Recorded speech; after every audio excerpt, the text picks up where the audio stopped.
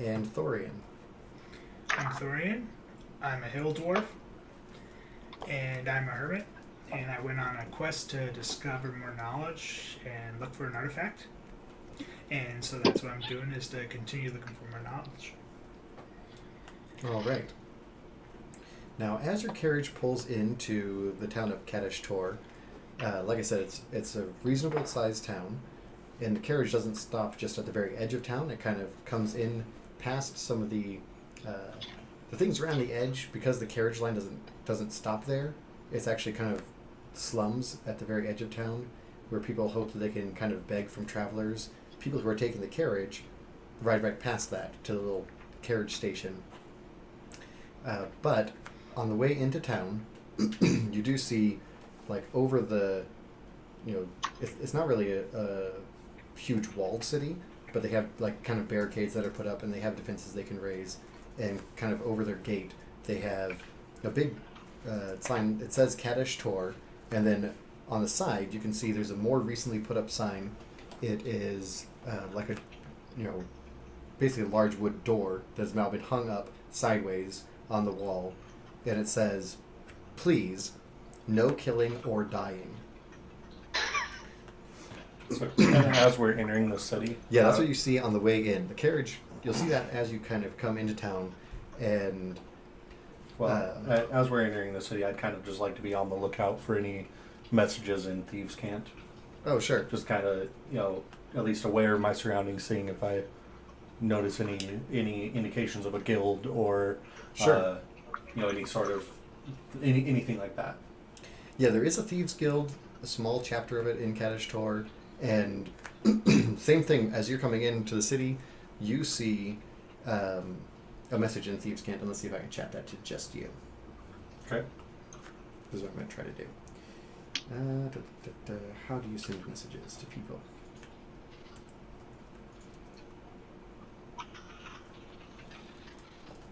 No, but it says you're typing.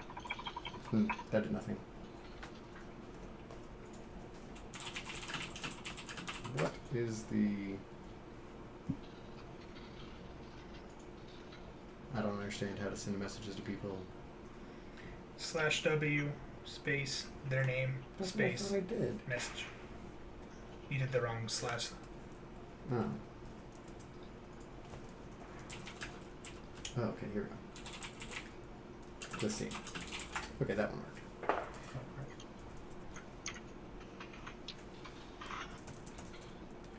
And I think you also have druidic messages you can see, right? Yes. Okay, I'll send you a message too.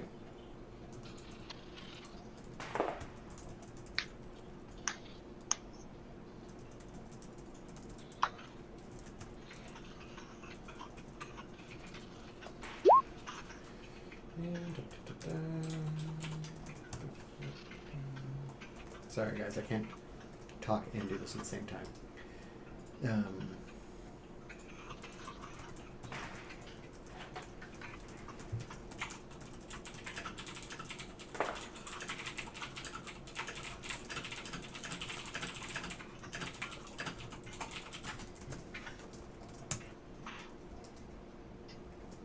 Okay. That gets you into the front gate. As the carriage stops, you, I assume, are going to exit the, exit your little carriage here. It's a little carriage station. It's basically like a bus stop would be. It's open-sided, but it has like a canopy over it, and there's a little booth where a guy can sell you tickets. It's still about the middle of the day. It's like around lunchtime here as you're pulling in. You guys, I assume, are going to exit the carriage and... I'd like to exit last and just see if I can glean any information from, like, how these magical carriages travel safely. Okay. Just, like, search a little bit, I guess. Alright, so Zalthor is going to kind of stick behind in the carriage for a minute, wrestling with his things, while you guys all kind of slowly exit the carriage.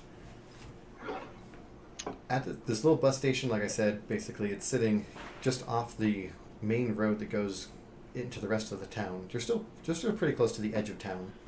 There are a collection of kind of street urchin children who are hanging around here waiting to see who comes off this carriage, because they know that people new to the town might begin to give them things and be approachable at least. So they who are sending messages. I don't understand what they mean. I accidentally clicked a Okay. button. Trying to delete an item. Oh, okay. I'm like, I do not know what this thing means. 18, 16. But why not? This is obscure to me. Yeah, so there's street urchins there. The roadway is actually fairly wide coming through town. Down the way, now that you guys are all out of the carriage, you see that the carriage itself kind of starts to pull around behind this booth, and it's gonna wait a while and then load up again. Basically, the driver's gonna go get some food. The horses are gonna be refreshed, all that kind of stuff. The little guy closes his booth down. The street in front of you heads back south. You can just walk back out of town or towards the slums if you wanted to.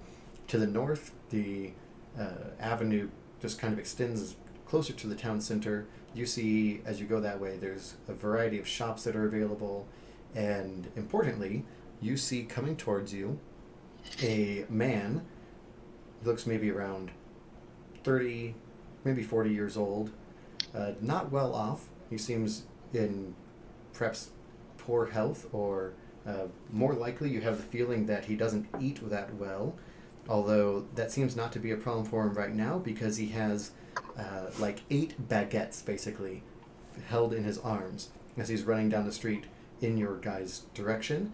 And about a block behind him, you see a man wearing white apron, puffy white hat, coming down the street, and he's yelling out, "Stop that thief!" as he approaches towards you. He's still about, I'm going to say he's like 30 yards away, so he's a little ways off, but he's running down the street towards you. So would I be able to trip him up using Mage Hand with like 10 pounds of force to This is like exactly his shin what I or need something? to- Do you need the player's handbook? Yeah, I think you could use Mage Hand if you wanted to try to like up in something in his way. There's like little carts and things along there. There's like some other traffic on the road as well. So yeah, you could, if you wanted to, you could.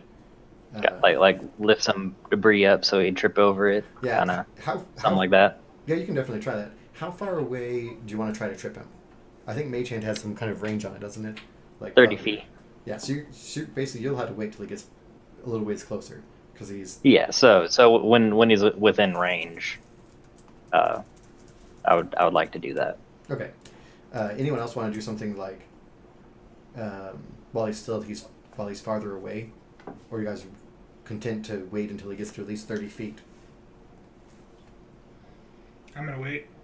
Okay. I'll wait. All right. So if you guys are all waiting, basically when he gets to 30 feet away, let's see. How can we make a roll on this? Can you give me a? Let me just look at what you have here. Sorry, I'm just gonna have to see what would make sense to do with Mage Hand. You can do like a dexterity save, and I could do maybe just a regular roll to hit. Yeah, let's actually do a. Let's do. Okay, what do you want to use to try to trick him or to knock him down? Do you want to? You can physically try to hit him with the Mage Hand, and you can try to sweep his legs out with the Mage Hand itself. Okay. Which will be. I believe Mage Hand is a visible magic hand that shows up. Yeah, So- it says a spectral floating hand appears at a point you choose within range. Yeah, so a magical hand springs to life in front of him, and he sees it, but he does not care enough to stop when he sees this thing. And then you're going to try to just use it to sweep his legs out, or do you want to try to grab something and like, I mean, you could try to like push something else in his way. You could upend I'm going to say there's barrels and things like that that are just in front of buildings. You could try to knock something like that in front of him. What do you want to do? I'll just try to sweep like his legs out from under him with like actually using Mage Hand itself. Okay, let's just make this a just like a plain melee attack, which I know you have a -1 as your strength modifier. So let's just do a 1d20 -1, and we'll see what you come up with. Boom, nailed it. Nice. So, yeah, the Mage Hand comes, and I mean he's kind of a ways away from you, and he's running straight at you. And Mage Hand just sweeps, but it's like a little bit too far behind him. So, he does not get tripped by it. By the time you get your magic out there, he's past, and he's still just running. He's going to be trying to run past you towards the slums. He continues approaching. He gets to about, let's say he's 15 feet away at this point. Do you guys want to respond at all? You can try talking to him. You can do anything you want. I'll yell at him to stop. Okay, like here, make an intimidation check. Which you'll have to Just so see. man. This is not going to do anything. You have a +0 for intimidation, Yeah. and it's a 6. Are these accurate rolls, guys? Rolling 1 to Yes. 20. 6. Just super 1d20 good. plus 1. 4. So obviously I just went, stop. Yeah. Stop, Yeah, I mean, please, you're- please. Yeah, I imagine your like voice is a little weak from just being sitting in the carriage, like peacefully minding your own business for a while. You just started stretching your legs. You're like, stop, kind of clearing your throat. He doesn't care. I shrug my shoulders at the guy behind them. Yeah. I would like to try to hit him again with Mage Hand. See if Sure. Yeah. Give us. I another- can actually get him this time. Assuming he makes it to us, I'd like to steal a baguette from him. You want to try to grab a baguette as he runs by? And Okay. I want to touch Farvel and give him guidance. Okay. Yeah. This guy. What does guidance do? I give you 1d4. So you're actually going to roll. Now, does guidance only work on a skill check?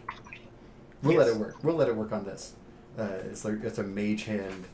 Do you have anything that's better than just a melee attack that you can make? Let me just look- Well, I mean, let me just look if at you what want the to, skills are. well, Mage Hand's a spell. Yeah. I mean, I could shoot him with my actual spell, but then that's violating the rule of don't kill anyone. So Yeah.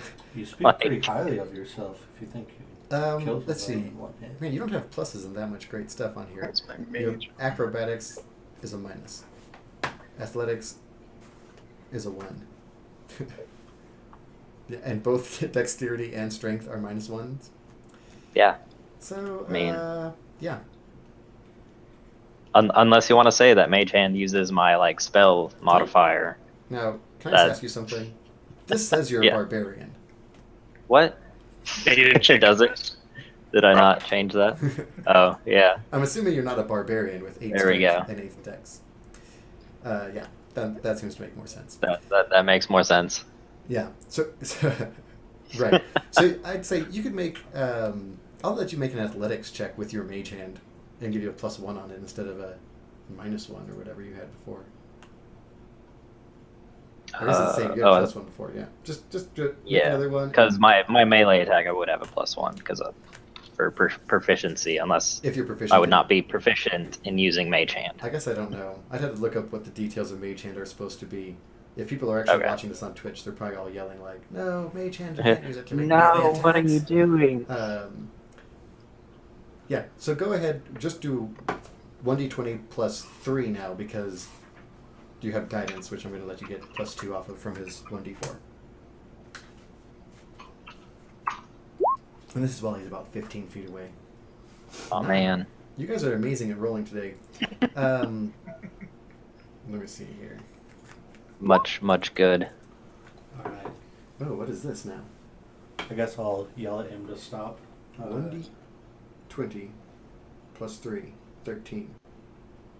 1d20 plus 3, 16. Why is it giving you 2 boxes for this? Oh, that's because I clicked on it. I'm sorry. I mean, it's fine that you clicked on it. I think it's because it gives you. It's assuming that you either have advantage or disadvantage, so it just gives you both. Oh, okay. I'm not really sure. I would say I would assume that you would take the first one if it's just normal. you have advantage, you take the highest. If you have disadvantage, you take Oh, the no. lowest. Here, click that 3 times in a row and see what